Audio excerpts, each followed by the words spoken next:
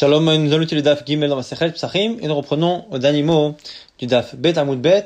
On avait vu qu'on avait deux avis sur ce qu'on appelait Or dans la Mishnah, Or la Ba'asar. A priori, dans la première lecture, un avis pensait que c'était le jour, un pensait que c'était la nuit. On avait rapporté plusieurs preuves comme quoi c'était la nuit, la veille. Et donc on a rapporté deux preuves du Mishnah de Braïta qui ont été acceptées. Et on rapporte encore de nouvelles. Mais Marzoutra, cette fois c'est Marzoutra qui rapporte un enseignement au sujet d'une femme qui accouche. Donc une femme qui accouche, quand elle accouche d'une fille, elle a une période de 80 jours. Et après cette période de 80 jours, si elle a un écoulement, elle redevient éventuellement impure. Mais pendant les 80 jours, elle est dans des jours de pureté. Amapelet or les shmoni ve'echad. Celle qui a une nouvelle grossesse, ou en tout cas une fausse couche, la veille, enfin le or du 80e jour. Et on verra que ça ne peut se comprendre que comme étant la veille du 80e jour. Bet Shammai potrim mikorban ou bet Hillel mechavim. Selon Bet Shammai, eh bien, il n'y a pas besoin d'apporter un sacrifice par rapport à cette nouvelle naissance. Selon Bet Hillel, oui. Amou lahem Bet Hillel et Bet Shammai. Et là, il y a une discussion entre Bet Hillel et Bet Shammai. Ce n'est pas tellement notre sujet, puisque la seule chose qui nous intéresse, c'est de savoir si or ici, c'est le jour ou la nuit. On verra tout de suite que c'est en fait la nuit. Mais tout de même, à chaque fois qu'on rapportera une Braïta ou une Mishnah, l'Agma va quand même essayer de comprendre ce qu'il est marqué. Bet Hillel Isabet Shammai. Maishna or shmoni ve'echad miyom shmoni ve'echad. Quelle différence entre le or du shmoni ve'echad, donc la veille du 80e jour, et le jour lui-même? Im shivalo letum'a. Puisque par rapport à une impureté, si cette femme, à la veille donc du 80e jour, au soir, elle devient impure, c'est-à-dire qu'elle a un écoulement qui fait qu'elle est impure, eh bien, c'est pareil que ce soit la veille au soir ou que ce soit dans la journée. Le ishvelo les korban, pourquoi ne pas mettre ça sur le même plan et dire que si elle fait une fausse couche, que ce soit la veille au soir ou le lendemain, elle devra apporter un sacrifice. Midikama bet Hillel bet Shammai maishna or shmoni vechad miyom shmoni vechad, puisque dans l'argumentation de Bet Hillel, ils leur disent, mais quelle différence entre or du 80e jour et le jour du 80e jour? C'est que or, c'est bien la nuit, la veille, et non pas le jour. Shma Amina. Donc c'est encore un enseignement de Tana qui prouve bien que c'est la nuit. Encore une fois, une braïta métive. Yachol yenechal or lishlishi. Vedinu. Maintenant on parle ici des korbanot, des sacrifices. Dans les sacrifices, en fonction du type de sacrifice, on peut le manger un jour, une nuit, ou éventuellement un jour, une nuit le lendemain. Maintenant, la question est, est-ce que on pourrait même le manger dans la soirée qui suit le deuxième jour? Donc, le jour du sacrifice, le soir même, le lendemain dans la journée, et éventuellement, le soir après. Et comment on appelle ça? Or les shlishi. Or les shlishi, donc la veille, la nuit du troisième jour. Vedinhu, c'est un raisonnement logique. Pourquoi? Zvachim nechalim yom echad. Les korbanot qu'on appelle des zvachim sont mangés un jour. Ou shlamim nechalim lishlamim. Et les shlamim, les korbanot qu'on partage avec les propriétaires et les kohanim, eh bien, c'est 2 jours. Alors du coup, on devrait appliquer la même logique. Puisque le korban qui est mangeable un jour, c'est malé alan laila acharayom, on donne la nuit qu'il y a après le jour. Donc on a fait le korban en journée, on donne la nuit suivante, même si la nuit suivante appartient normalement à un autre jour. Eh bien, on devrait dire pareil pour les shlamim, afkan, laila acharayom. On devrait du coup dire que de la même manière que le lendemain en journée on peut manger, on devrait donner la nuit suivante. C'est pour ça que la Torah Talmud Lomar, elle a dit non. Mais yom zifrachem yachel. Le jour du sacrifice, il sera mangé. Ou imachorat. Et le lendemain, ve'anotar. Et ce qui restera. Donc du coup, c'est le jour même et le lendemain. Be'od yom. Il ne sera mangé que tant qu'il fait jour. Comme ça on lit. Donc le jour même, le lendemain adiom, tant qu'il fait jour. C'est comme ça qu'on fait la dracha et donc on exclut le fait de pouvoir le manger la nuit suivante. On continue cette braïta. Yachol isaref miyad. On aurait pu penser du coup que si on ne peut plus le manger à la fin du deuxième jour, dès la tombée de la nuit, et bien du coup on pourrait le brûler immédiatement. Pourquoi? Parce que c'est comme ça pour les autres korbanot, dès qu'on ne peut plus les consommer, on les brûle. Un zvachim, par exemple, on le mange la journée, éventuellement la nuit, à la fin de la nuit, on le brûle. Donc là, si du coup, on interdit de le consommer après la deuxième journée, on devrait pouvoir le brûler tout de suite. Alors, vedinu, c'est logique. Zvachim nechal yom, velayla echad, ou shlemim nechalim mishlemim, velayla echad. Un se mange le jour et la nuit, l'autre le jour, la nuit et le jour suivant. Mal à l'intechef la achila srefa. Comme pour les zvachim, dès qu'on ne peut plus manger, on le brûle. Pareil ici, afkan, techef la achila srefa, on devrait le brûler tout de suite après l'avoir consommé. Talmud Omar, c'est pour ça que la Torah dit non. Et ben notam mi besar zavach. Bayom hasheshi ba'esh yisaref. Ce qui restera du sacrifice qui n'aura pas été mangé, ce qui restera le troisième jour, sera brûlé dans le feu. Bayom atasorev, tu vois que tu ne brûles que le jour, la journée du troisième jour, et non pas la veille au soir, qui est déjà, selon la Torah, un troisième jour, et atasorfo balayla. En tout cas, une fois qu'on est sorti de ce passage-là, eh bien, quoi qu'il arrive, on voit que dans les mots, dans les termes, or, c'est bien la veille. Mideka amar yehe nechal or lishlishi. Puisqu'on voit bien ici qu'on envisage de le manger, de le brûler plutôt, de le manger, oui, le or, la nuit du troisième jour. Et on appelle ça or, alma or, urtaou. Tu vois bien que or, c'est bien la nuit. Shmar mina. Et donc, encore une fois, on entérine cette idée. Autre braïta, tashma. Or, shayom akipurim mitpalel, shevar mitvade, shacharit, mitpalel, shevar mitvade. On nous parle des prières de Kippour. Le soir de Kippour, on appelle ça or de Kippourim, on appelle ça or, et on dit quoi? On prie une tefila dans laquelle il y a 7 bénédictions. Le matin, 7. Donc on voit bien que juste avant, or c'était la nuit. Shacharit le matin, 7. Ben Moussaf mitpalel shevar mitvade. Pareil, pour le Moussaf, on fait 7 bénédictions avec un vidouille, c'est-à-dire qu'on s'amende et on rappelle nos fautes. Ba mincha mitpalel shevar mitvade, ba arvit mitpalel me'ain shmona asar. Mincha pareil, 7 brachot dans la mida plus un vidouille. Et pour Arvit, on fera une prière, donc l'Arvit de la sortie du jeûne, un Arvit une prière qui inclut une longue bracha, qui inclut les idées qu'il y a dans les 18 bénédictions de la Hamida classique. Sur le Rabbi Chaina ben Gamliel, ou même Mishum Avotav, au nom de ses pères, lui n'est pas d'accord. Il pense que Arvit, on fait une Hamida normale avec les 18 bénédictions qu'on fait toute l'année. Mitpalel shmona asar shlemot, parce qu'il faut mentionner la Havdalah. Donc, Atachonan Tanu dans Becholen Adarat, et donc c'est pour ça qu'on fait toutes les bénédictions. En tout cas, on voit bien qu'on a parlé du matin, de la Moussaf, de l'après-midi et de Harvit, mais avant le matin, on a appelé ça Or, et donc Or c'est bien la veille au soir. Or Urtaou Shma Mina, encore une fois une braïta qui confirme que c'est le cas. Dernière braïta pour confirmer que c'est bien la nuit, Tashma, Tane, Debe Shmuel. On enseignait dans le braïta, dans le Midrash de Shmuel. Lele Arba'asa Bodkim et Achames le Oraner. Clairement, la veille du 14, on vérifie, donc c'est bien la nuit ici, la nuit du 14, on cherche le Chametz à la lueur d'une bougie, donc c'est exactement comme notre Mishnah, sauf que ici, clairement, on a dit Or, on a dit Lele plutôt que de dire Or, Alma, Or, Urtaou, donc on a encore ici, dans ce début de Daf, 4 braïtot qui confirment que Or, c'est la nuit, plus les 2 qu'on avait vus dans le Daf d'hier. Finalement, c'est clair que Or ne peut être que la nuit. Donc du coup, à cause de cela, la Gemara se rend compte qu'en réalité, ça n'a pas de sens d'imaginer qu'il y a un des deux Tanaïm qu'on a cité, un des deux Amorim qu'on a cité, qui pense que c'est le jour. Ça n'a pas de sens. Donc, et là, Ben Ravuna Ben Rav Yehuda, des couleurs alma Or Urtaou. Donc c'est obligé finalement que Rav Yehuda et Ravuna ne discutent pas sur le sens de Or dans la Mishnah. Mais le Pligui, il n'y a pas de discussion. Markiatre ou Markiatre, en fait, les mots qu'ils ont dit, Nagé, Lele, c'est la manière de dire la nuit, mais dans leur région. Et donc, du coup, nous, on s'est un peu trompé. Donc, Beatre de Ravuna Karu Nagé. Dans la région de Ravuna, on appelle Nagé la nuit. Ou Beatre de Raviuda Karu Lele. Et dans la région de Raviuda, on appelle ça Lele. Mais en réalité, le fait qu'ils aient chacun choisi un mot différent, c'est pas qu'ils ont chacun entendu ce que l'autre a dit, qu'ils ont voulu s'opposer, donc forcément il y en a un qui dit le jour et l'autre qui dit la nuit. C'est en réalité que chacun a parlé indépendamment de l'autre et a donné un mot qui était habituellement utilisé dans leur région. Nagma se pose une question. Au final, on a mis quand même un daf et demi à savoir ce que voulait dire or. Pourquoi le Tana n'a pas dit clairement la nuit? Tana didan, maïta amal okatane lele. Pourquoi il n'a pas voulu enseigner la nuit? Nagma nous explique que l'ishna me'alia ou denakat. Il a préféré enseigner un langage plus beau. Parce que la nuit, ça connote quelque chose de sombre. Et de préférence, il a préféré enseigner la lumière or.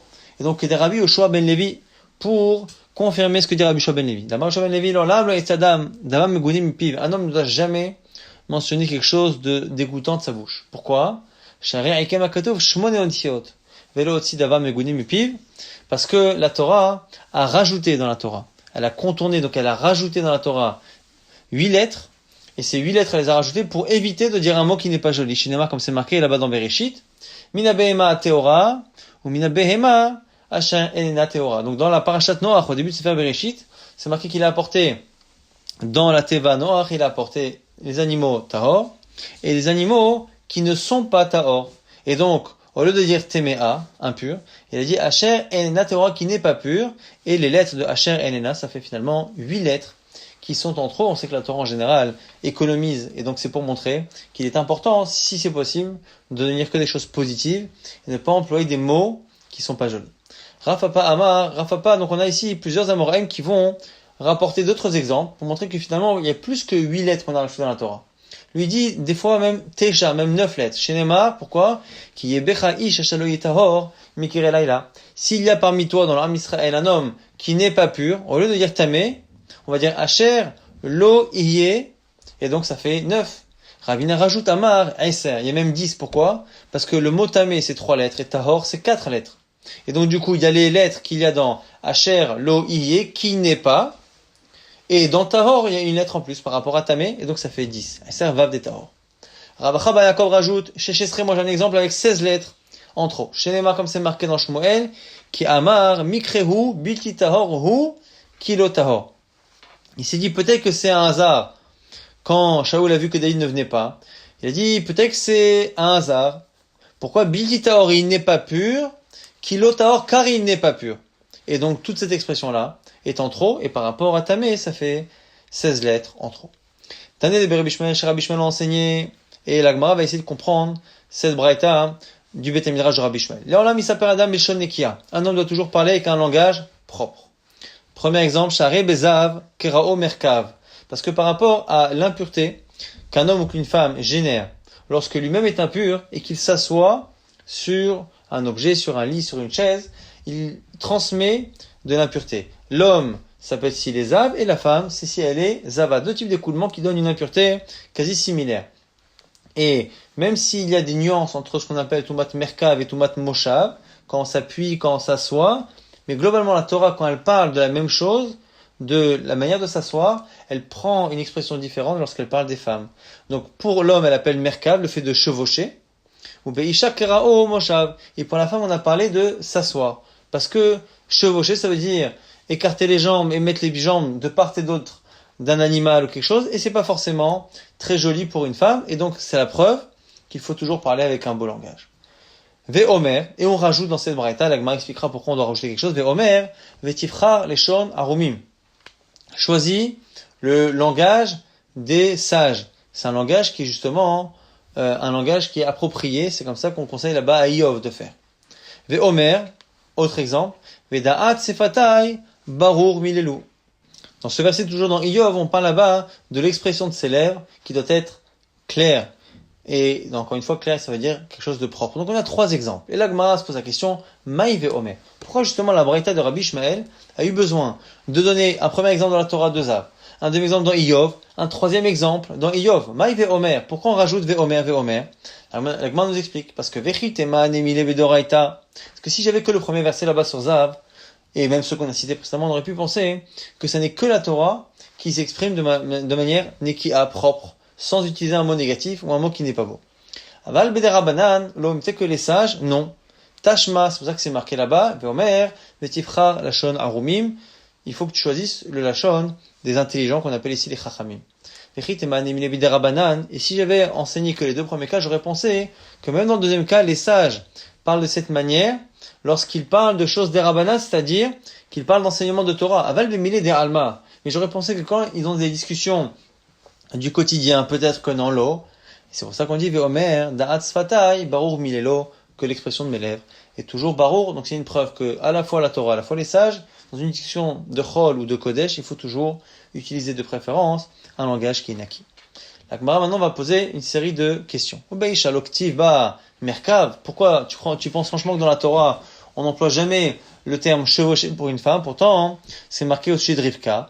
Active, comme Rivka et Narotea, Narotea avec ses jeunes, elle a chevauché l'animal, elle est partie sur les chameaux. Atamishum be'ituta degmalim ochahi. La Gemara dit là-bas, c'est pas étonnant. Pourquoi? Parce que comme le chameau est un animal qui est très haut, on a souvent très peur de tomber. Et donc, c'est connu que les femmes ne peuvent pas s'asseoir de côté et mettre les jambes du même côté de l'animal comme elles peuvent le faire sur un âne ou sur un cheval. Et donc, c'est tellement normal que les femmes se mettent de cette manière qu'il n'y a pas de gêne à l'écrire. L'Agma dit active, Moshe Tishto Vet Banav, Vaïkivem Alachamor. Moshe Rabbeinu, lorsqu'il a emmené sa femme et ses enfants, c'est marqué qu'il les a chevauchés, fait chevaucher un âne. Donc on voit bien que là-bas, il n'y a pas de raison. L'Agma dit Atam, c'est spécial Mishum Banav. Comme on a parlé de sa femme et des enfants, et qu'on parle de tous, le mot chevaucher, le verbe chevaucher, finalement, ne concerne pas que la femme, et donc c'est pas irrespectueux. Ochahi, c'est la manière. L'Agma objecte encore Ve'active. Vehaya hirochevet. Alachamor, lorsque Abigail est partie voir en cachette David Améler pour sauver la vie de son mari, c'est marqué qu'elle était rochevet, elle chevauchait. Le Chamor, l'Agma donne 3 réponses pour justifier qu'on a enseigné ici rochevet. Hata mishum be'ituta delelia ochaou. Soit parce que là-bas, comme c'était en pleine nuit, la crainte de tomber est légitime le fait d'utiliser ce terme parce qu'on sait très bien que les femmes la nuit ils font attention et du coup se mettent de cette manière. Oui, itema sinon mishum be'ituta delelia leka. Si tu n'acceptes pas cette idée de la peur de la nuit, mishum be'ituta de Davidika. Elle avait peur de David Améler, qui était déjà quelqu'un d'important et qui était normalement celui qui devait être roi.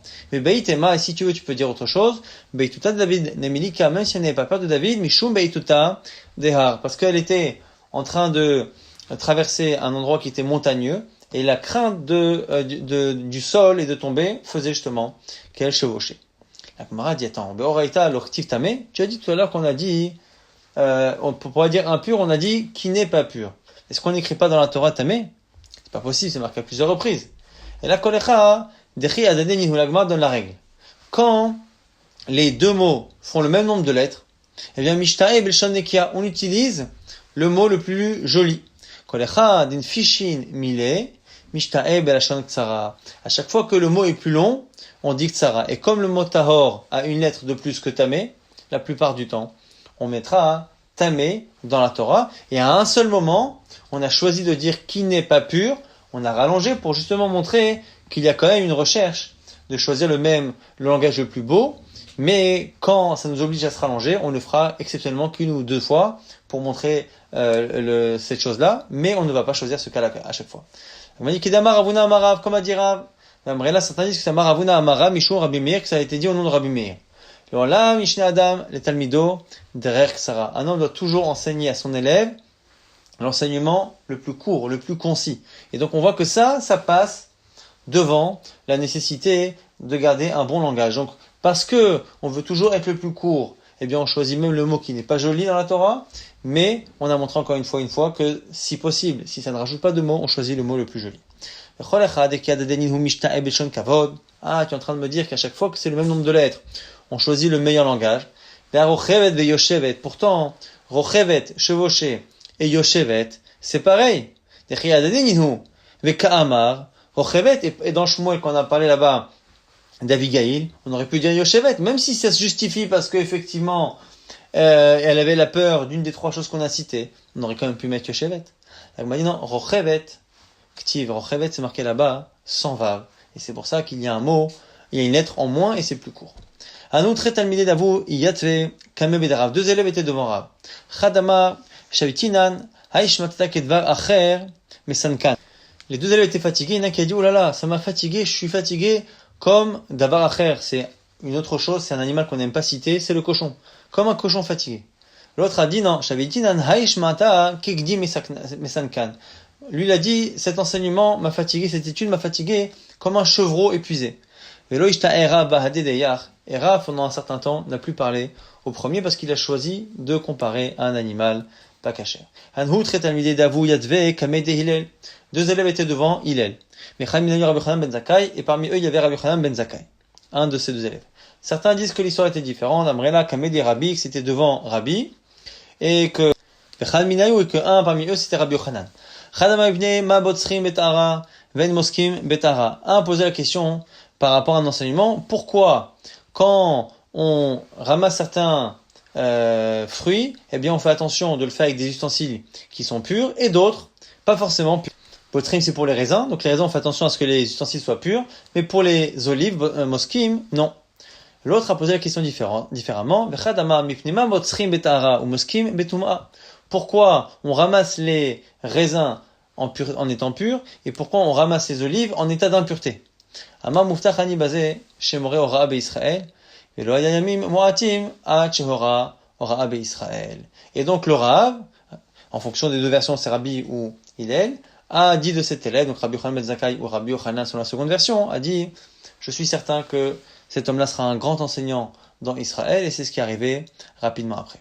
Haout Lata Kahane, il y avait 3 Kohanim.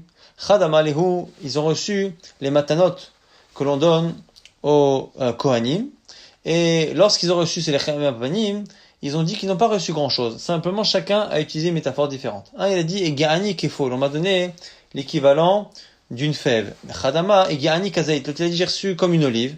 Chadama, Ega'ani keznav aleta'a. Un, il a dit, j'ai reçu quelque chose de la taille de la queue d'une leta'a. Leta'a, c'est un animal qui est impur, fait partie des reptiles impurs. On a vérifié, et on s'est rendu compte qu'il était pas sourd.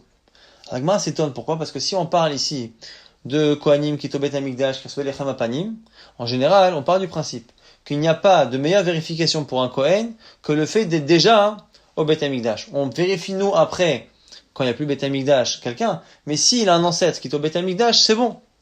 L'Agma dit, il y a pourtant une Mishnah qui dit, En bot kimina mizbeach ul marla. Quand on vérifie un Kohen aujourd'hui pour les mariages, on ne vérifie pas au-delà de l'ancêtre qui est au Bet Amikdash. C'est-à-dire qu'au Bet Amikdash, c'est sûr que c'est caché. Donc comment dire qu'on a trouvé un psoul, qu'on a vérifié qu'on a trouvé un psoul? L'Agma donne 2 réponses. L'otema shemet psoul et la ema shachat psoul. Ne dit pas réellement qu'on a trouvé vraiment psoul, mais on a trouvé simplement qu'au niveau du comportement, au niveau de l'attitude, c'était quelqu'un qui n'est pas apte, et c'est pour ça qu'on l'a enlevé du Bet Amikdash. Ou sinon, betema shane atam deu adehara nafshe. Ou peut-être que non, ce qu'on dit qu'on ne vérifie pas quand quelqu'un est au misbéach ou un ancêtre au misbéach, c'est lorsqu'il n'y a pas de problème. Mais là, ici, même s'il est déjà allé au Bet Amikdash, il a un comportement qui nous fait finalement craindre que la présomption de cacheroute qu'on avait ne l'était pas, et c'est pour ça qu'on a pu chercher et trouver vraiment un psoul. Il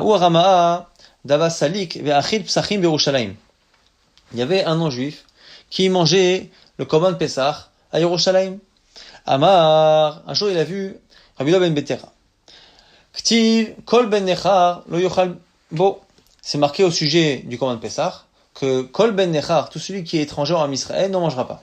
C'est marqué au ktiv kol harel lo yochal bo, celui qui n'est pas circoncis, n'en mangera pas. Va'ana hak achina mishufre.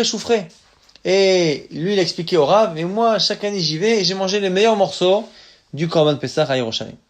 Donc comme Rabbi Ben Betera, Rabbi Ben Betera l'a piégé. Comme il n'était pas sur place à Yerushalayim, il ne pouvait pas dire aux gens de ne pas lui donner Korban Pessah, à cet homme qui se faisait passer pour un juif.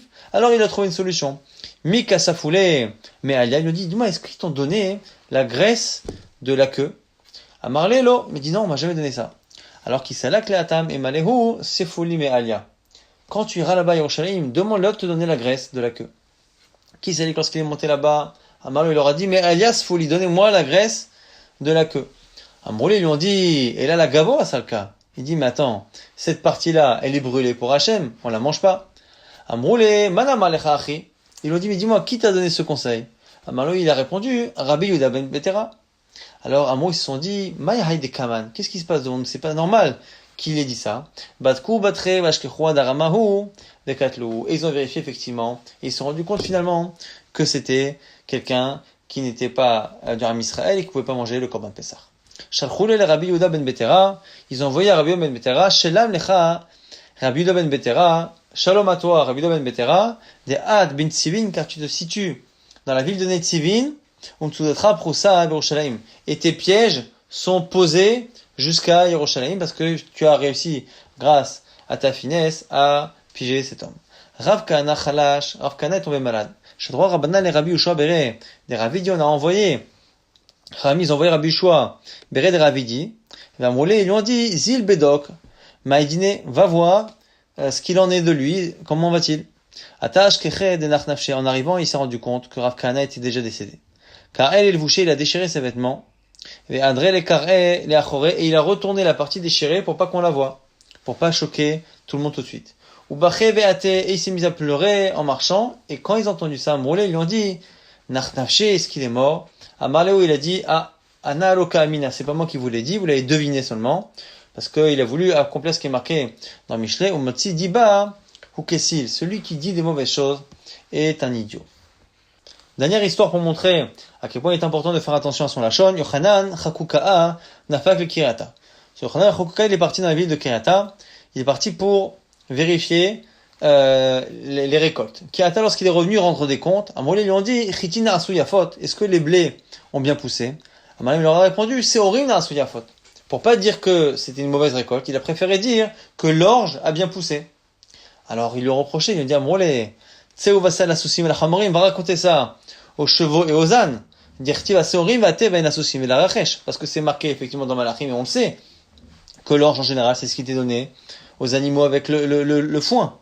Alors l'Agma dit, mais le pauvre, il n'a pas voulu dire quelque chose de négatif, il a voulu faire comprendre de manière indirecte. Qu'aurait-il dû dire? L'Agma dit, il aurait dû répondre, Eshtakad, l'année dernière, Nasuchitim Yafot. Les blés ont bien poussé. Enfin, ou en tout cas, la dernière année, ça a bien poussé pour qu'ils comprennent que cette année, non. Il n'a mis aussi non, Hadashim Nasuyafot. Il aurait dû parler d'un autre légume. Il aurait dit, les lentilles ont bien poussé. On aurait compris que puisque la question était sur les blés, c'est-à-dire que les blés n'ont pas bien poussé. En résumé, on voit, avec 2 Mishnayot en plus de Braithot, qu'effectivement, hors dans la Mishnah, c'est bien la nuit. Et c'est tellement évident que finalement, la raison pour laquelle notre Tana a enseigné or, c'est parce qu'il savait qu'on allait deviner que c'était la nuit, mais il a préféré donner un langage naki. Donc finalement, par rapport à la Torah, on a vu quoi? Que tant que l'enseignement propre et moins propre prennent la même taille, eh bien, on choisira toujours ce qui est le plus propre. Si c'est trop long de faire propre, on choisira le plus court parce qu'il est plus important d'enseigner un enseignement qui est toujours le plus court. Et on a vu également dans ce DAF que finalement, même les mauvaises nouvelles, on évitait de les annoncer directement, Motsi Diba ou Kessil, et si on peut faire comprendre à la personne de manière indirecte, c'est toujours mieux.